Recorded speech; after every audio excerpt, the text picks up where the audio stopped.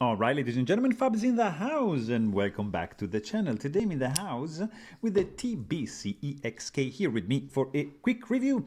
And as usual, don't forget to like, subscribe, leave me a comment down below. That was quick, right? Quick review, quick 1, 2, 3.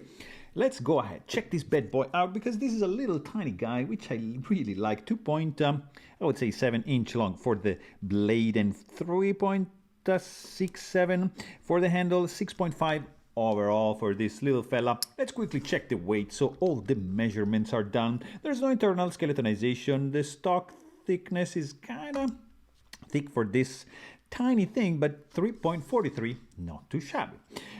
This is a titanium frame lock made in South Africa. Nice hand rub satin Warncliffe blade, which I really love in this profile. Nice TBC engraved on the inside, titanium frame lock with some cool titanium blue anodized pivot collars matching the spacer and the pocket clip.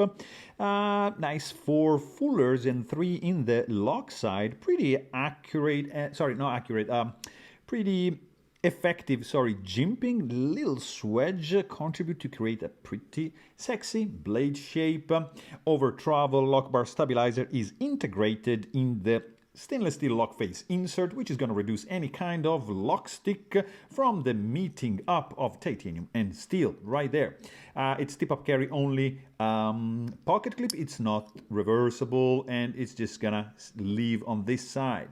You get the screws for the body screwed in right into the titanium, which is not a nice thing, like the T6. Yeah, I'm not a fan of those T6, but still they're there, and it's all right. I mean, they work well. The clip also works well, as a nice tension. And of course, guys, this is a front flipper, so you can front flip it like with your thumb, or you can even do kind of like an index thing.